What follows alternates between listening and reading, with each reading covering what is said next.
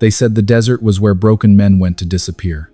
So Ethan Walker stayed there, alone in a cabin beyond the last paved road, haunted by the war he had survived, but never escaped. Then a sandstorm swallowed the sky, and something scratched at his door.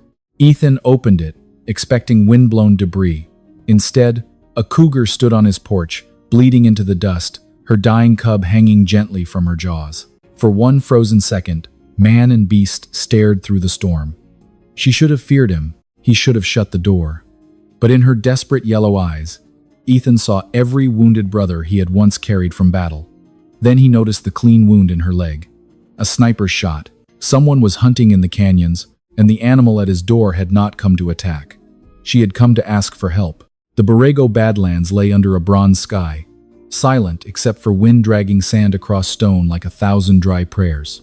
Ethan Walker had chosen the desert because it did not ask questions. Out near the broken ridges east of Anza Borrego, beyond the last paved road and miles from the nearest porch light, his cabin stood low against the earth, built from sun-blasted timber, corrugated metal, and the stubbornness of a man who no longer believed he belonged among people. Ethan was 43 years old, a former Navy SEAL with broad shoulders that still carried the shape of war, though the rest of him had grown lean from solitude. His face was hard-edged, weather-browned, and lined at the eyes, with a short, dark beard threaded by early gray and hair clipped close out of habit rather than style. To strangers, he would have looked calm, maybe even cold.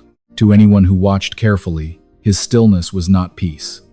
It was discipline holding back a storm. The war had ended on paper years ago, but it still rose inside him without warning. A dropped pan became a grenade blast. A helicopter crossing the valley became extraction fire. The flash of lightning could send his hand toward a rifle that was locked away in a steel case under his bed. He had once been the man others trusted when everything went wrong. Now he lived alone because he no longer trusted himself around ordinary kindness. People wanted answers. The desert wanted nothing. That made it merciful. His daily life had become a ritual of survival. Coffee before sunrise, perimeter walk, repairs to the water tank, dry beans in a dented pot, radio checks he never answered unless necessary. Sometimes he spoke to the ravens that landed on the fence posts, black-feathered little judges with clever eyes, and once he told one of them it had better start paying rent. The raven had croaked back at him, which was more conversation than Ethan had with most humans. By late afternoon, the weather changed with a violence only the desert could perform. The horizon vanished behind a wall of dust. Sand raced across the flats, struck the cabin, hissed through cracks, and turned the windows gold. Ethan shut the stormboards, checked the generator, and stood for a long moment with one palm against the wall, feeling the building shudder. The sound crawled under his skin. Wind became rotor blades. Loose tin became gunfire. Somewhere in his memory, a voice shouted for a medic. He closed his eyes, breathed in for 4 counts, held for 4, released for 6. Again. Not there, he whispered. Here. But the mind was a haunted animal. It did not always obey its keeper. Then came the scratching. At first, Ethan thought a branch or piece of brush had blown onto the porch. He ignored it and poured water into a tin cup, though his hand tightened around the handle. The sound came again, not random, not wind. 3 slow scrapes against the door, followed by a low, broken noise that raised the hair along his neck. He set the cup down without drinking. In the old life, every unknown sound had a direction, distance, threat level.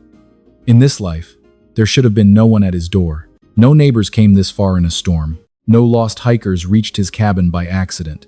He took the shotgun from above the frame, checked it with practiced economy, and moved toward the door. Another scrape, weaker this time, almost pleading. Ethan opened the inner latch and pulled the door back just 2 inches.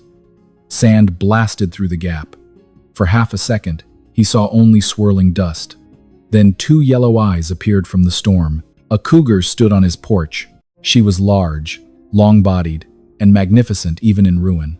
Her tawny coat buried beneath red dust, her ears flattened, her ribs moving hard with each breath. Blood streaked one hind leg and dripped onto the wooden planks, where the desert sand drank it quickly. In her jaws, held with impossible care, hung a cub so small it looked like a bundle of wet fur and bones. The cub's spotted baby coat was dulled by dust, its head lolled, its paws limp, its breath invisible. Ethan's first instinct was pure animal fear. He slammed the door and stumbled back, heart hammering so hard it seemed to bruise his ribs. A cougar was not a lost dog. It was muscle, teeth, hunger, wild judgment wrapped in silence. He stood in the cabin, shotgun raised, listening to the storm and to his own breathing. Then the scratching came again. Slower, one claw at a time.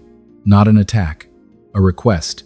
Ethan stared at the door, and something inside him shifted. He thought of men in desert camouflage dragging wounded brothers through smoke, of hands gripping vests, of voices saying, "Stay with me, stay with me, stay with me." He had seen that look before, terror forced to kneel beneath duty. The cougar outside should have feared him. Instead, she had crossed the oldest border in the world and brought her dying child to a human door. Ethan lowered the shotgun. His hands were shaking now, but not from fear alone. When he opened the door again, wider this time, the mother cougar did not lunge. She stood trembling in the sandstorm, eyes burning with pain and desperate trust. Ethan looked at the blood on her leg, at the cub hanging limp from her mouth, and felt the stone around his heart crack like dry earth before rain. The cougar crossed the threshold as if she were entering enemy ground, slow, bleeding, and prepared to die if mercy proved false. Ethan backed away with both hands open, the shotgun now lying on the table behind him, useless as a crown in a church. The cabin smelled of dust, old coffee, gun oil, and suddenly wild blood. The storm clawed at the walls. But inside, beneath the weak yellow lamp above the kitchen counter, every sound became enormous. The scrape of the cougar's claws on the floorboards, the wet drip from her injured leg, the tiny broken breath of the cub still hanging from her jaws. "Easy," Ethan whispered, his voice rough from years of speaking mostly to ravens and ghosts. "I'm not your enemy." The cougar did not believe him, not fully. She lowered her head and placed the cub on the braided rug near the iron stove, then stood over it with her lips peeled back, showing teeth white as desert moonlight. She was a mature female, perhaps 6 or 7 years old, built with the lean power of a creature made by hunger, distance, and ancient law. Her tawny coat was dusted red by the storm, her chest pale, her face marked by black lines beside the muzzle, and her eyes were amber gold, intelligent, furious, and terrified. Ethan named her Sierra in his mind before he meant to name her at all, because she looked like the mountain shadows at dusk, beautiful and dangerous and impossible to command. The cub he called Milo, small enough to fit between his two hands, with faint spots still visible in his baby fur, round ears flattened weakly against his head, and paws too large for his thin body, as if nature had promised him strength but had not yet delivered it. Milo barely moved. His mouth opened once, soundless. Ethan felt something inside his ribs tighten. He had seen men breathe like that in places where the sand was also red, though for different reasons. Sierra growled when he took one step closer. The sound was low and deep, a warning dragged from the bottom of the earth. Ethan stopped at once. He lowered himself slowly onto one knee, turning his body sideways to appear smaller, less direct. "You brought him here," he murmured. "That means some part of you knows." Sierra's tail lashed once. Her wounded leg trembled. Ethan studied it from a careful distance. The injury was not a torn muscle from rock or thorn. It was a long, brutal groove across the upper hind leg, where something fast and hot had ripped through flesh without fully entering. Around the wound, the fur was matted dark, and near the torn edge, something metallic caught the yellow light. A fragment, a bullet jacket maybe, or a piece of shattered casing. His stomach went cold. Not a trap, not a fall. Someone had fired at her. Ethan moved to the old green footlocker beneath the window and opened it. Inside were things he had sworn he would never need again. Compressed gauze, suture packs, antiseptic, curved needles, forceps, trauma shears, latex gloves, a roll of medical tape gone yellow at the edges. Field medicine, battlefield medicine, the kind of knowledge no man earned without leaving pieces of himself behind. His hands shook when he lifted the kit, so he set it on the table and forced himself to breathe. 4 counts in, 4 held, 6 out. Sierra watched every movement, her body between Ethan and Milo like a living wall. Ethan warmed water on the stove, mixed a little sugar and salt into a cup, then soaked a clean cloth. He approached Milo first, inch by inch. Sierra's growl rose again, but Ethan did not flinch. "I know," he said softly. "I'd bite me too." A strange, cracked laugh escaped him, surprising even himself. It sounded like a rusty hinge, remembering it had once been a door. Sierra did not attack. She only watched. Ethan touched Milo with 2 fingers. The cub was cold, dangerously cold, his skin loose beneath the fur, his body limp with dehydration. Ethan wrapped him in a towel warmed near the stove and used a dropper from an old veterinary bottle he had once kept for an injured desert hare. Drop by drop, he touched the warm fluid to Milo's mouth. At first, nothing happened. Then, after Ethan rubbed the cub's tiny throat with 1 thumb, Milo swallowed. Once. Then again. "That's it, little man," Ethan whispered, and his eyes burned so suddenly he had to blink hard. "Stay with me." The words came too naturally. They belonged to another night, another body, another young face covered in dust and blood. Ethan almost pulled away, but Milo swallowed again, and the present held him like a hand on the shoulder. After several minutes, the cub's breath grew less ragged. Only then did Ethan turn towards Sierra. The cougar's leg needed cleaning before infection took what the bullet had failed to take. Ethan showed her the forceps, the gauze, the needle, as if explaining terms of surrender to a queen. "This will hurt," he said, "but pain is not the enemy. Panic is." He moved slowly, placing 1 hand near her paw, but not on it. Sierra bared her teeth. Her eyes promised murder if he betrayed her. Ethan accepted the promise. With the calm of a man who had worked under fire while mortars walked closer, he cleaned the wound. Sierra roared once, a short, explosive sound that shook dust from the rafters and nearly stopped Ethan's heart. His mind flashed white, shouting, "Smoke!" A man screaming for his mother. But Ethan did not drop the cloth. He kept his voice low, steady, almost tender. "I've got you. I've got you." He found the metal shard with the forceps and pulled it free in 1 clean motion. Sierra snapped her jaws inches from his shoulder, not at him exactly, but at the pain, at the world, at whatever cruel hand had put fire into her flesh. Ethan did not punish her for it. He only waited, then washed the wound again, packed it, and stitched the torn edges with small, firm sutures. His fingers remembered what his mind wished it could forget. When he finished, he wrapped the leg securely and sat back, drenched in sweat, though the cabin was cold. Sierra stared at him for a long time. Then she lowered her head to Milo and licked the cub's face. Milo gave the faintest squeak. It was not much of a sound. It was tiny, ridiculous, and holy. Ethan laughed once under his breath, the kind of laugh a man gives when death steps back half an inch. He checked Sierra's breathing, then Milo's, then added wood to the stove until the cabin glowed with trembling amber light. Outside, the sandstorm raged on like an angry god denied its sacrifice. Inside, a wounded cougar, a dying cub, and a broken soldier shared the same small circle of warmth. Near midnight, Sierra shifted closer, not enough to trust completely, but enough that her shoulder almost touched Ethan's boot. He looked down at her, at the bandage around her leg, at Milo curled against her belly, and swallowing another drop of life. For the first time in years, Ethan did not feel like a man waiting for the next nightmare. He felt needed, and in that need, fragile as a candle in a storm, something inside him began to live again. By the time the storm died, the desert had gone cold enough to make the stars look sharp, cruel, and close enough to cut a man's hands. Ethan stayed beside the stove until Milo swallowed 3 more drops of warm milk and made a thin, offended squeak, as if life had returned to him only so he could complain about the service.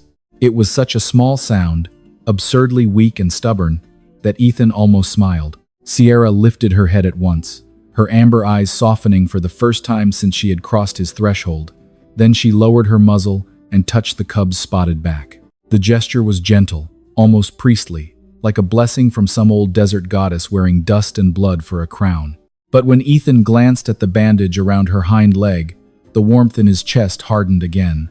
The wound was too clean along one edge. The angle was wrong for a careless rancher firing in fear. The fragment he had pulled free was not from an old fence, not from a trap, not from stone. Someone had aimed at her. Someone had watched a mother cougar moving through her own country and decided she was worth more wounded, skinned, or dead than alive.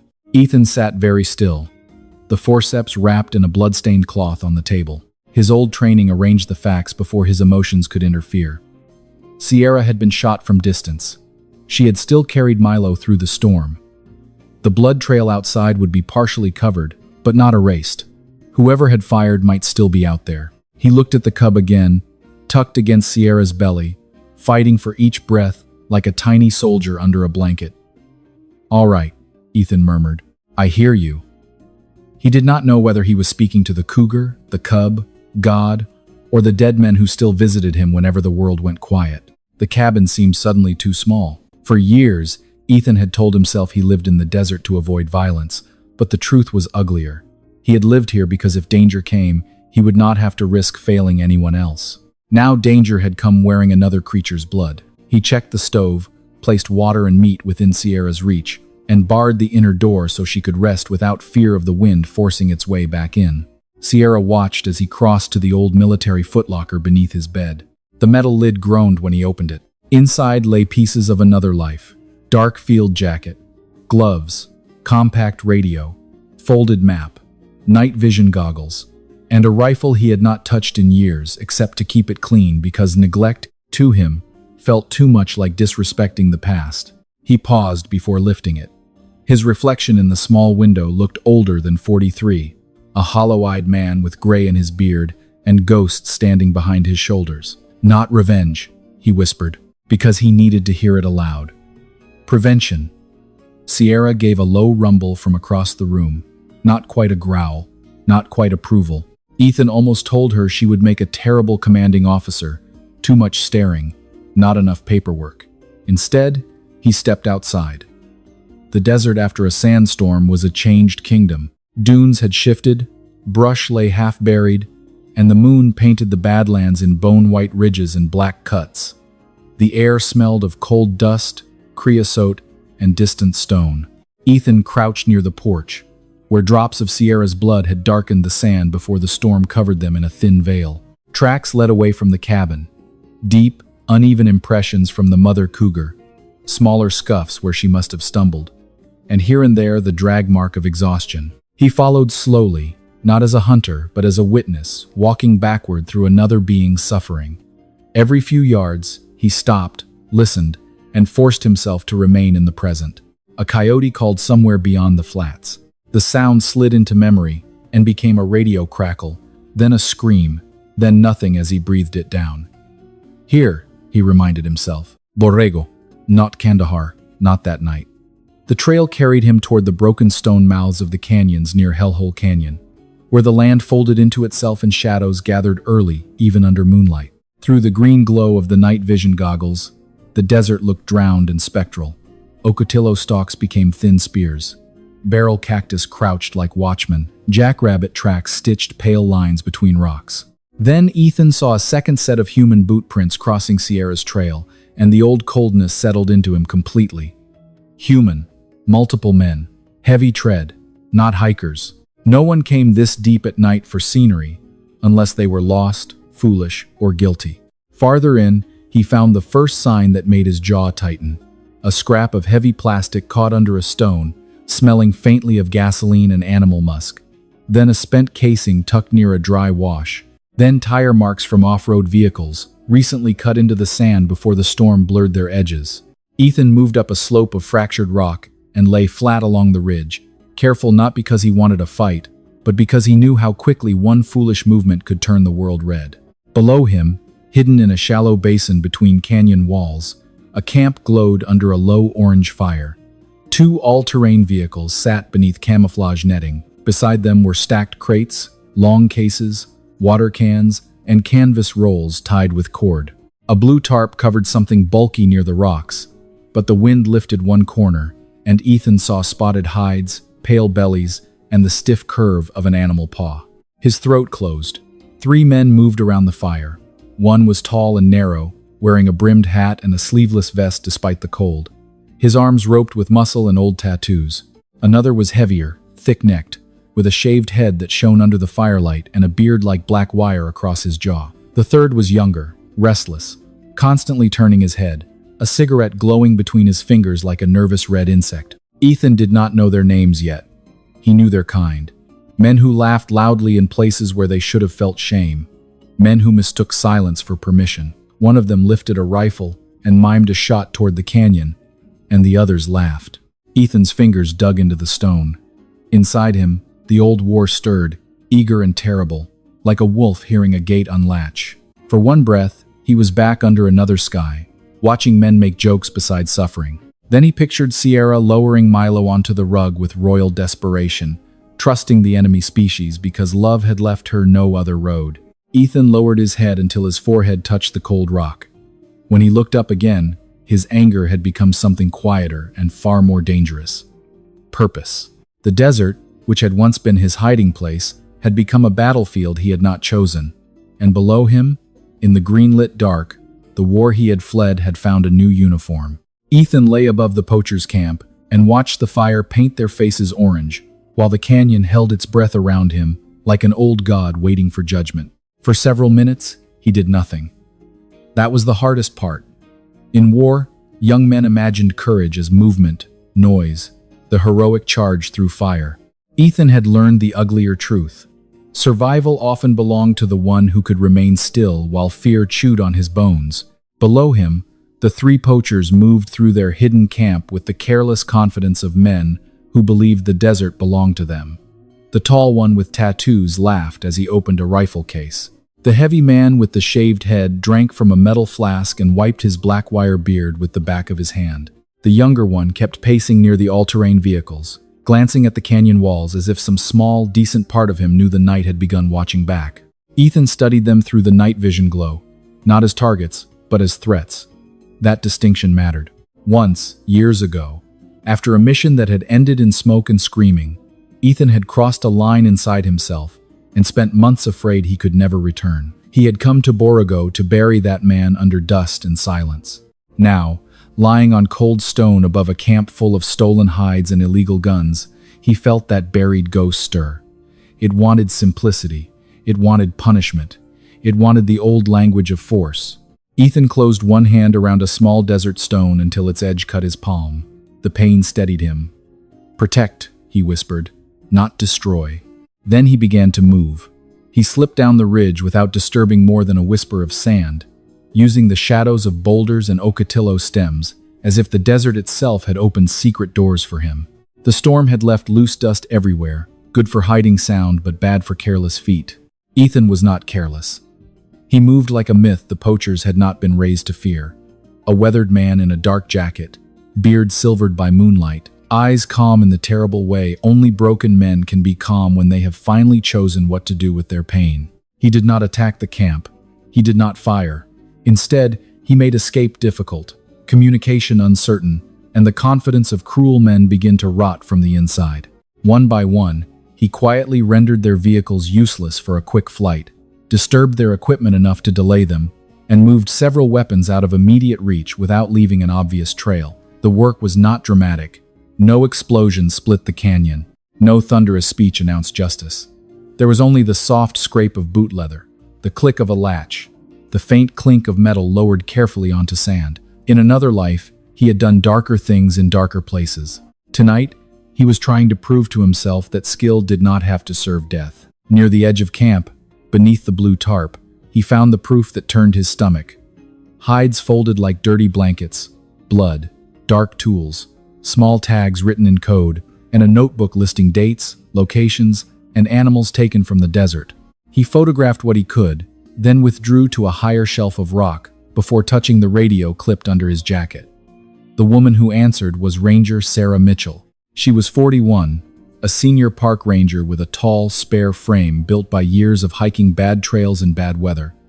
Copper-brown hair cut blunt at her shoulders, sun-browned skin, and gray eyes that missed very little. Sarah had the steady voice of someone who had learned not to waste panic on emergencies. Years earlier, she had found a wounded bighorn sheep caught in an illegal snare and had carried guilt from that day like a hidden scar. Since then, she had become fiercely protective of every animal under her jurisdiction, though she rarely showed emotion beyond a tightened jaw. "Walker," she said after he gave his name, "I know your cabin. Are you hurt?" "No," Ethan answered. "But you've got a poaching camp in the canyon. 3 men, vehicles, rifles, animal remains. I'm sending coordinates." A pause followed, then her voice sharpened. "Do not engage." Ethan almost smiled. Wasn't planning to become paperwork tonight. A second voice came on soon after. Deputy Mark Harris, 46, local law enforcement from Borrego Springs, broad-faced and square-jawed, with a trimmed salt and pepper mustache and the tired kindness of a man who had spent too many nights knocking on doors with bad news. Mark was practical, patient, and slow to anger, but poachers had tested that patience for months by slipping past patrols and leaving wounded animals behind like discarded sins. "We've been chasing these ghosts half a year," Mark said. "You sure?" Ethan looked down at the camp, where the heavy man had begun shouting because one of the vehicles would not start. The younger poacher spun in circles, panic rising. "I'm sure." Within 40 minutes, distant engines approached without headlights, then split along the canyon road. Sarah and Mark did their work cleanly. The authorities came in from two sides, lights flaring only when the poachers were boxed between stone and law. There was shouting, confusion, one foolish attempt to run, and then the hard final sound of handcuffs closing. Ethan remained on the ridge, unseen, except perhaps by the desert itself. Sarah's flashlight passed over the tarp, the crates, the rifles, the notebook. Even from above, Ethan saw her face change. Not shock, recognition. The grim expression of a guardian finally finding the hand that had been wounding her kingdom. Mark looked up toward the ridge once, as if he sensed Ethan there, but he did not call out. Maybe he understood that some men helped best from the edge of the light. When the last poacher was placed in a vehicle, Ethan lowered himself behind the rock and exhaled for what felt like the first time all night. The radio crackled with voices reporting evidence secured, suspects detained, animal remains documented. For years, radio chatter had dragged Ethan back to war. Tonight, for the first time, it sounded different. It sounded like help arriving. It sounded like Sierra and Milo breathing beside a warm stove. It sounded, impossibly, like something being saved. Morning returned to Anza Borrego with a softness that felt almost embarrassed after all the violence the desert had witnessed. 3 weeks had passed since Sierra first crossed Ethan Walker's porch with blood on her leg and Milo hanging like a fading ember from her jaws. In that time, the cabin had changed in small, impossible ways. The floorboards carried faint claw marks now. A folded towel near the stove had become Milo's kingdom. The old coffee table held medical gauze, wildlife formula, and one chewed bootlace that Ethan had surrendered after losing a brief but humiliating war against a cub weighing less than a sack of flour. Milo had grown from a limp scrap of spotted fur into a restless little tyrant with bright eyes, rounded ears, and paws too large for his body. He pounced on shadows. He attacked blanket corners. He stalked Ethan's boots with the solemn pride of a desert emperor, then tripped over his own feet and looked offended, as if gravity had personally betrayed him. Ethan laughed at that more than once. The first laugh had startled him so badly he looked around the cabin for the stranger who had made it. It was rough, dry, and awkward. But it was laughter all the same. Sierra healed more quietly. The Cougar mother remained watchful, never tame, never softened into something she was not. Her tawny coat regained its desert gold sheen. The dust washed from her face, the strength returning to her long body day by day.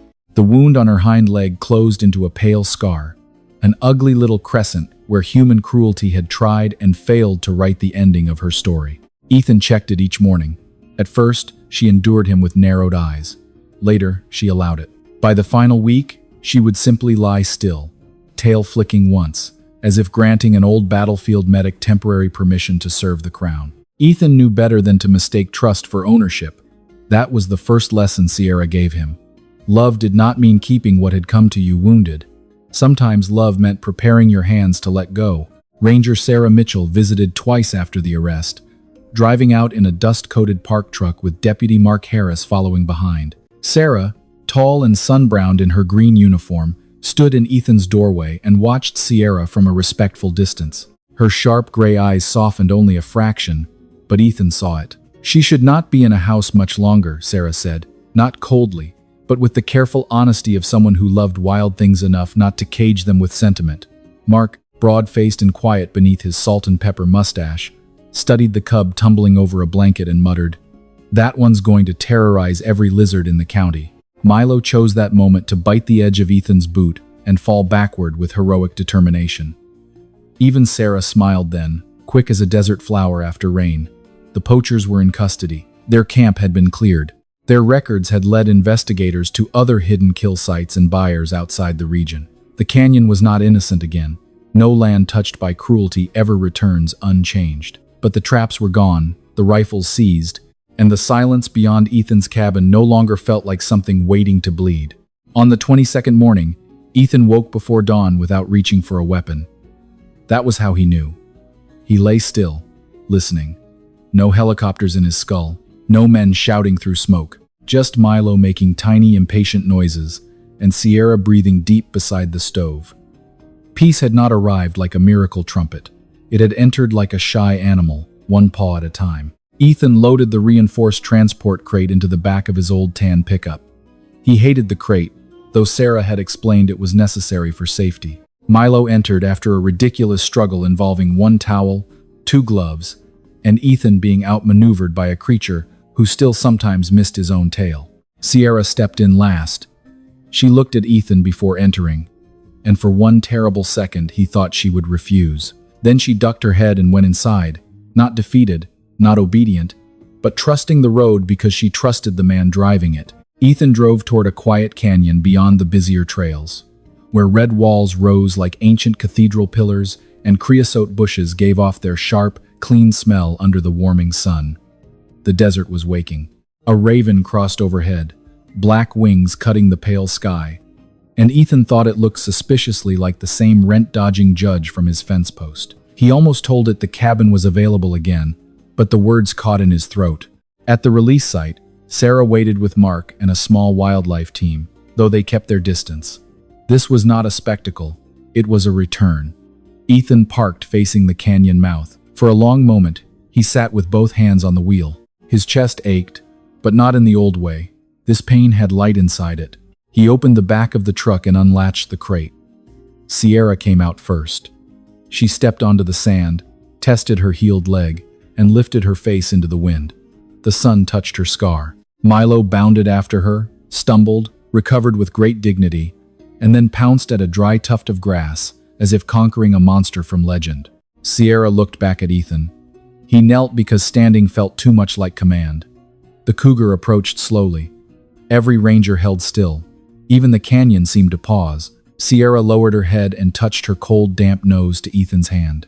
It lasted only a few seconds, but it carried the weight of an oath, a farewell, and a forgiveness older than any language men had invented.